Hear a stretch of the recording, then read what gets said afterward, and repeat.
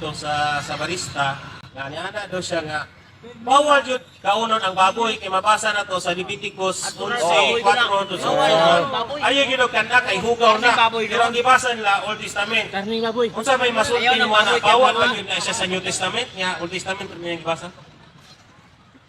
Sa mga Hudiyo, Hudiyo. Kaya ang Ginoo niingon sa mga apostoles, panglakaw kamo sa tanang kapalayan, kung dalita mo pagkaon ka na, niya ang gihat ko niya hentil. Oh. Yung ihatag kay Baboy Litson. Galang ni kahon. Itong mga sa Ginoo, ang mutuman sa Ginoo luwas, potog sa idalit ka na. Oh. Ang pangutana diha mga igsoon na bawal ba kaunon ang baboy sa New Testament kay katong giingon sa Sabadista dito man to sa Old Testament. Mga igsoon basahon nimo diha sa Levitico 11 full chapter ang mga pagkaon na bawal kaunon. Yes mga igsoon. Isa pud ta mga igsoon kay hintil man ta isa ta nahugaw. Wala kay Diyos kani adto. Busa na apil ta didto sa mga pagkaon na hugaw. So ang tan-aw sa Hudyo kanato hugaw mga igsoon. Kay sila lagi ang pinili sa Diyos. Pero pag abot sa New Testament mga igsoon, na bag-o ang tanan. Mao nang kanindot sa kamaayo sa Dios kay tanang binuhat sa Ginoo gihigugma niya. Atong basahon sa Buhat. Buhat 10 verse 10 to 15, diri nato makita ang panan-awon, ang bisyon ni Apostol Pedro. So atong basahon mga igsoon. Gigutom siya og buot mukaon apan samtang gihikay pa ang pagkaon nakakita siya panan-awon. Nakita niya nga nabukas ang langit ug may gitunton nga ingon sa usa ka dakong panapton nga gihiktan sa upat ka iskina. Sa sulod niini diha ang tanang matang sa mga langgam nga ihalas ug mga mananap nga mulakat ug mukamang.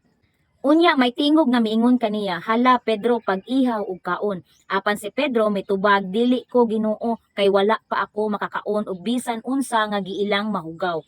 Ang tingog miingon kaniya pag-usab, ayaw isipa nga mahugaw ang bisan unsa nga gihinluan na sa Dios. Ang punto diri sa verse mga igsoon, sama ta sa hayop na hugaw pareha ng baboy, pero gihinluan ta sa hamili sa dugo ni Jesus mo una mga igsoon ang tanang mahugaw gihinluan na sa Dios. Yes mga igsuon, diri nagsugod na ang pulong sa Dios isangyaw didto sa mga hintil sa atoa mga igsuon kay mga hintil ta. Baboy maunang ginakaon sa mga hintil, mauna atong pagkaon kaniadto. Hudyo ra ang di mo kaon na mga igsuon. So karon kay gihinluan man ta sa hamili sa dugo ni Jesus, pati tanan atong ginakaon gihinluan sa Dios pinaagi sa atong pagpasalamat, pagpasidungog diha sa atong buhi nga Dios.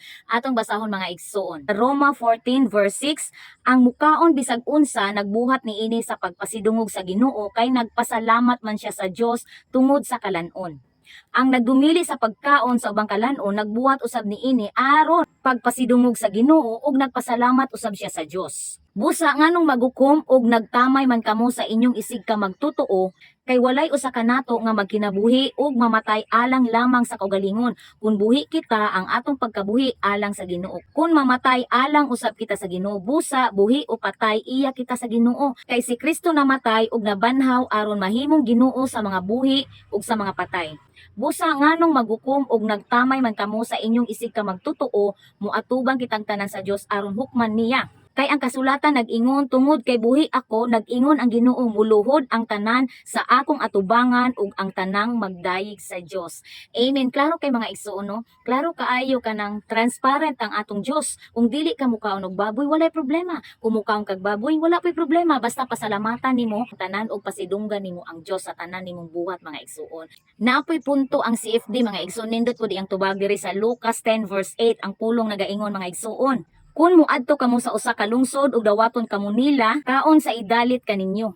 Mao kini ang panahon mga igsuon na naay gisugo ang Ginoo 72 ka evangelist mga igsuon na isangyaw ang mensahe sa Dios sa tibuok kalibutan. Busa kung unsa idalit sa imuha kana. Kay tungod mao kana ang sugo sa atong Ginoo. So walay dagang lalis nga igsuon, nindot kaayo ang plano sa Dios alang kanato. Wala na ta naggapos sa bisan unsa mga igsuon kundi magpagapos ta sa gugma.